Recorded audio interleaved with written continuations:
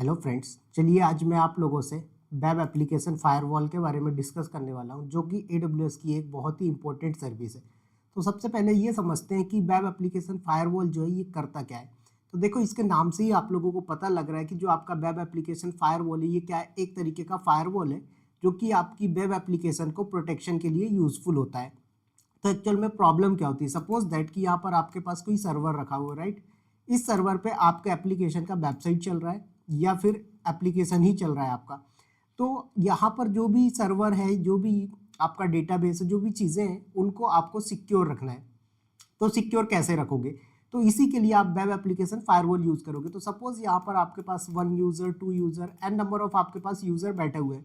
इन सभी की रिक्वेस्ट क्या होती है, इंटरनेट से होके आपके सर्वर तक आएगी। तो ये आपका सर्वर है, इस सर्वर पे आपकी जो भी रिक्वेस्ट है वो इंटरनेट से होकर आएंगी। तो आपको कई बार क्या होता है कि जो आपकी एप्लीकेशंस होती है उन पे बोट अटैक होते हैं। बोट अटैक का मतलब क्या होता है कि आपके पास जो वेबसाइट चल रही है उस वेबसाइट पे बहुत ज़्यादा HTTP रिक्वेस्ट आ गई, बहुत सारे HTTPS रिक्वेस्ट आ गए, या फिर इस पे DDoS अटैक हो गया, या फिर इस पे जो है तो SQL इंजेक्शन हो गया, क्रॉस साइट स्क्रिप्टिंग हो गई। तो डिफरेंट डिफरेंट टाइप के यहाँ पर अटैक होते हैं, जो कि मैं आपको बता देता हूँ। तो देखो, एक तो IP बेस्ड प्रोटेक्शन आप अगर करना चाहते हो तो आप यहाँ पर वेब एप्लीकेशन फायरवॉल का यूज कर सकते हो। तो यहाँ पर क्या है कि आप किसी स्पेसिफिक IP एड्रेस को अलाउ कर सकते हो, किसी स्पेसिफिक IP एड्रेस को ब्लॉक कर सकते हो। उसके बाद आप लोकेशन बेस पे भी सिक्योरिटी लगा सकते हो, किसी पर्टिकुलर कंट्री की ट्रैफिक को अलाउ करना है या ब्लॉक करना है तो आप ये कर सकते हो। उसके बाद रेट बेस्ड प्रोटेक्शन, जैसे कि आप यहाँ पर 100 रिक्वेस्ट अगर 5 मिनट के अंदर आ रही तो ब्लॉक कर देगा उस यूजर को। या फिर आपने बोला कि नहीं, कैप्चा के बिना ये आपकी वेबसाइट पे एंटर नहीं होगा, तो ये कर सकते हो। फिर SQL इंजेक्शन से प्रोटेक्शन करना है तो भी आप AWS का वेब एप्लीकेशन फायरवॉल यूज कर पाओगे। फिर क्रॉस साइट स्क्रिप्टिंग आती है, इसको अगर आप बचना चाहते हो, ये एक तरीके का आपका हैकिंग का मेथड होता है क्रॉस साइट स्क्रिप्टिंग। तो इससे अगर आप बचना चाहते हो तो आप वेब एप्लीकेशन फायरवॉल यूज कर सकते हो। फिर नॉन पैड इनपुट्स, तो कई बार होता है कि जो आपके ऑलरेडी अटैक्स हैं हो चुके हैं, उन अटैक को पहचान कर ये उनको ब्लॉक करता है। फिर लोकेशन, सॉरी, जो लोकल फाइल इंक्लूजन है उनके बेसिस पे, रिमोट फाइल इंक्लूजन उनके बेसिस पे, कमांड इंजेक्शन। तो ये डिफरेंट डिफरेंट टाइप के जो है आपके अटैक्स होते हैं। यहाँ पर मैंने 21 अटैक्स मेंशन किए हुए हैं, और ये सारे, सॉरी 20 है यहाँ पर। तो ये 20 अटैक्स आप पढ़ लेना, मैं ये डॉक आपको शेयर कर दूंगा। तो ये डिफरेंट डिफरेंट टाइप के अटैक होते हैं। तो इन अटैक से अगर मुझे बचना है तो मैं क्या करूंगा, तो मैं अपने एप्लीकेशन में वेब एप्लीकेशन फायरवॉल लगा के चलूंगा। तो हमारा जो एजेंडा है वो क्या है, तो देखो यहाँ पर मैंने एक EC2 इंस्टांस लिया हुआ है। इस EC2 इंस्टांस के ऊपर मैंने HTTPD, जो कि आपका अपाचे का वेब सर्वर है, इस पर मेरी वेबसाइट रन हो रही है। क्या हो रहा है, इस पर मेरी वेबसाइट रनिंग है। अब इस वेबसाइट को मुझे क्या करना है, सिक्योर करना है। भाई कई बार होता है कि मेरी वेबसाइट पे बहुत सारे अटैक एक साथ हो गए, या बहुत सारी रिक्वेस्ट एक साथ किसी ने बोट के थ्रू भेज दी, तो प्रोटेक्ट करना है तो मैं क्या करूंगा, वेब एप्लीकेशन फायरवॉल यूज करूंगा। तो ध्यान रखिएगा, जो वेब एप्लीकेशन फायरवॉल है वो आप लोड बैलेंसर और क्लाउड फ्रंट के साथ ही यूज कर सकते हो। तो मैं यहाँ पर लोड बैलेंसर यूज करूंगा। तो मेरे पास एक EC2 इंस्टांस है, इस EC2 इंस्टेंस पे मेरी वेबसाइट रनिंग है। उसके बाद इसके अंदर मैं क्या करने वाला हूँ, अपना लोड बैलेंसर क्रिएट करूंगा, टारगेट ग्रुप क्रिएट करूंगा, और उसके बाद वेब एप्लीकेशन फायरवॉल करूंगा। और मैं इसमें क्या करूंगा, 1 मिनट या 5 मिनट जो भी टाइम है उसमें दे दूंगा कि अगर 5 मिनट के अंदर मेरी कोई ऐसी IP एड्रेस है जिससे 200 या 100 रिक्वेस्ट आ रही है तो उसको तुरंत क्या करना, ब्लॉक कर देना। तो ये आज के हम प्रैक्टिकल में करेंगे।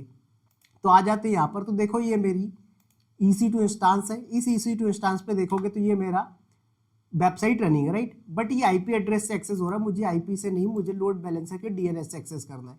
तो यहाँ पर सबसे पहले टारगेट ग्रुप क्रिएट करिए आप। यहाँ पर टारगेट का टाइप जो इंस्टांस लेके चलोगे आप, उसका टारगेट ग्रुप का नाम तो मैंने यहाँ पर रख दिया माय टारगेट, आपके ग्रुप का नाम हो गया। उसके बाद यहाँ पर आपको कुछ नहीं करना है, सिंपल सा आके कर दीजिए नेक्स्ट, और यहाँ पर सिलेक्ट करिए अपने इंस्टांस को और include as pending below, and then उसके बाद नेक्स्ट, और यहाँ पर आके क्रिएट टारगेट ग्रुप। तो आपका टारगेट ग्रुप जब क्रिएट हो जाएगा फिर आपको लोड बैलेंसर क्रिएट करना है। तो यहाँ पर देखो मेरे पास कोई लोड बैलेंसर नहीं है, क्रिएट करिए लोड बैलेंसर। लोड बैलेंसर जो है आपका एप्लीकेशन टाइप लेके चलोगे, क्योंकि आपका HTTP रिक्वेस्ट आ रहा है, या HTTPS लोगे। तो लोड बैलेंसर का नाम तो मैं यहाँ पर रख देता हूँ विवेक-ALB application load balancer. Internet facing लेंगे क्योंकि हमें इसमें इंटरनेट से ट्रैफिक लेके आनी है। उसके बाद यहाँ पर आपको बीपीसी, उसके बाद यहाँ पर मल्टीपल अवेलेबिलिटी जोन चूज कर लीजिए, सबनेट्स वगैरह, जिससे आपको हाई अवेलेबिलिटी मिलेगा। उसके बाद यहाँ पर आपको कुछ नहीं करना, टारगेट ग्रुप सेलेक्ट करेंगे और आके कर दीजिएगा आप यहाँ पर डन।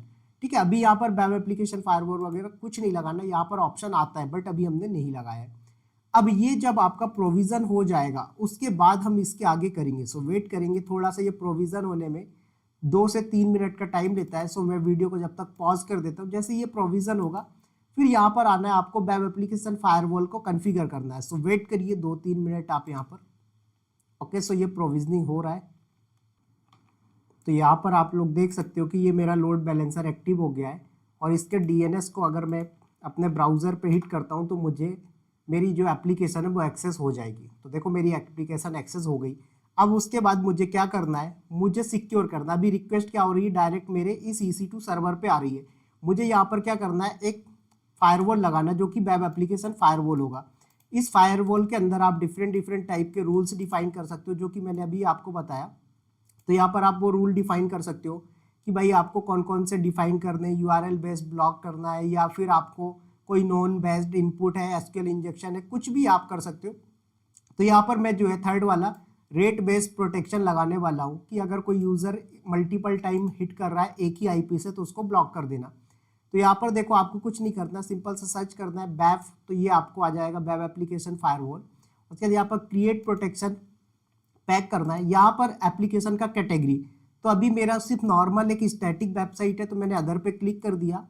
उसके बाद यहाँ पर मैं वेब लेके चलूँगा। उसके बाद यहाँ पर ऐड रिसोर्स पे क्लिक, और रीजनल रिसोर्स है तो आपका ये, या फिर ग्लोबल है तो क्लाउड फ्रंट डिस्ट्रीब्यूशन और क्लाउड फ्रंट एम्पलीफाई रिसोर्सेज, तो मुझे रीजनल करना है। तो यहाँ पर देखो मेरे पास ऑटोमेटिकली लोड बैलेंसर आ गया, सिलेक्ट करेंगे आप।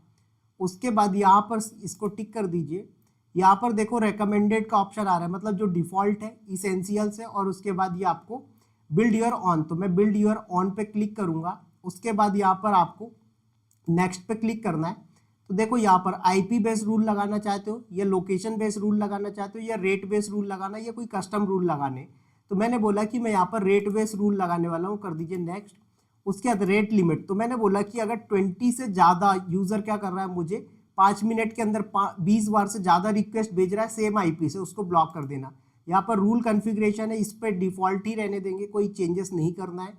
आप अपनी रिक्वायरमेंट के हिसाब से इन ऑप्शंस का यूज़ कर सकते हो, अगर आपको हेडर वगैरह यूज़ करने ये सब। मैंने बोला कुछ नहीं करना, ऐड रूल कर दीजिए। रूल का नाम तो जैसे मैंने यहाँ पर रख दिया विवेक हाइफन रूल, ओके। और उसके बाद यहाँ पर कर दीजिए ऐड रूल, और उसके बाद यहाँ नीचे आएंगे आपको, तो यहाँ पर इसका नाम देना है। तो मैंने रख दिया माय हाइफन ACL, तो ये माय ACL आपने नेम दिया और क्रिएट कर देंगे वेब प्रोटेक्शन ये। तो अभी ये आपका प्रोविज़न हो रहा है, वेट करेंगे। ये जैसे ही प्रोविजनिंग कंप्लीट हो जाएगी फिर मैं इसको कंटिन्यूसली हिट करूंगा। देखिएगा F5 बटन प्रेस करके रिफ्रेश करूंगा, मतलब बार बार हिट कर रहा हूँ, रिफ्रेश का मतलब वही हुआ।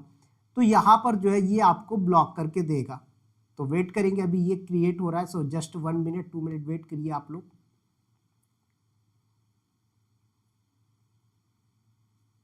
ओके, सो एसोसिएशन हो रहा है आपके रिसोर्सेज के साथ, एसोसिएट हो जाएगा, उसके बाद ही यूज़ कर पाएंगे आप लोग इसको।